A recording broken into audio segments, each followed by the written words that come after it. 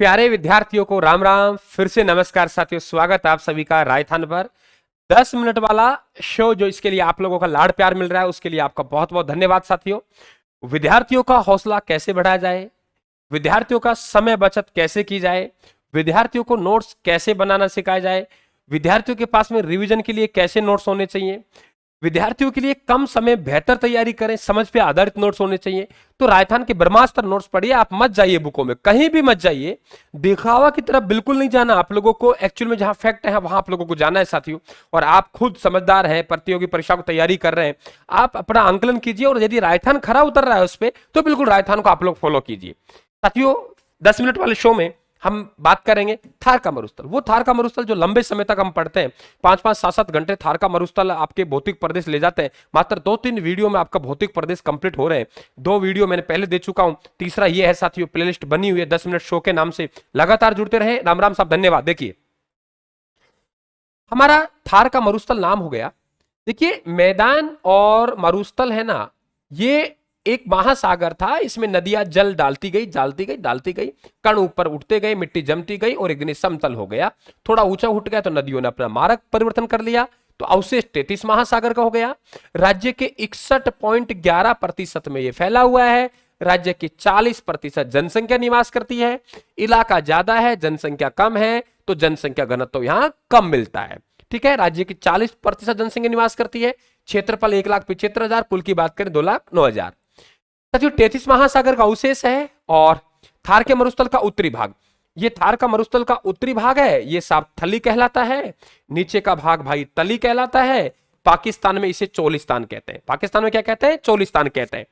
ये यहां से प्रारंभ होगा, इधर से कच्छ की खाड़ी से गुजरात के सारे सारे ऐसे, और पंजाब हरियाणा तक जाएगा। इसका मतलब मरुस्थल की उत्तरी सीमा हरियाणा पंजाब, मरुस्थल की पश्चिमी सीमा पाकिस्तान, और मरुस्थल की दक्षिणी सीमा गुजरात। पढ़ना है यहां। ये मत सोचना गुरुजी स्पीड से कैसे चल रहे हैं, हमें स्पीड से ही चलने वाली क्लास है, स्पीड से ही चलने वाली क्लास है। ठीक है, अब बात करते हैं हम लोग कच्छ की खाड़ी से पंजाब के सारे सारे हरियाणा पंजाब तक फैला हुआ है।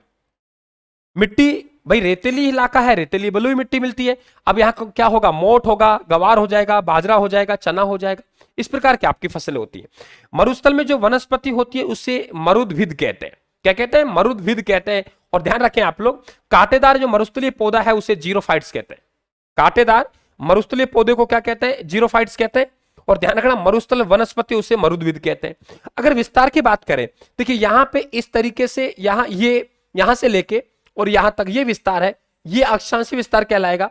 यहां से लेके मरुस्थल यहां तक विस्तृत है, ये देशांतर विस्तार कहलाएगा।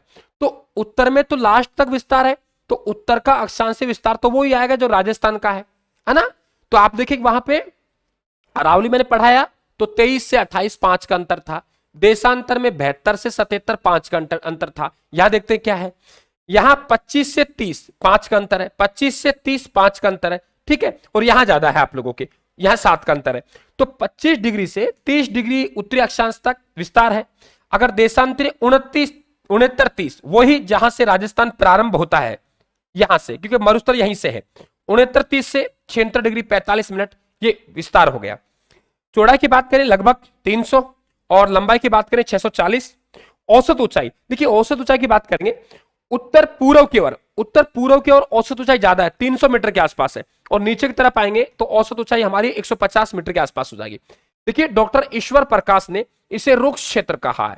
क्या कहा है? रुक्ष क्षेत्र कहा है, सर्वाधिक जैव विविधता के कारण। ठीक है, यहां एक थार का घड़ा मिलता है, थार का घड़ा, चंदन नलकूप है, थार का घड़ा। यहां एक पीवना शरफ मिलता है, पीवना शरफ मिलता है, एक जहरीला शरफ है।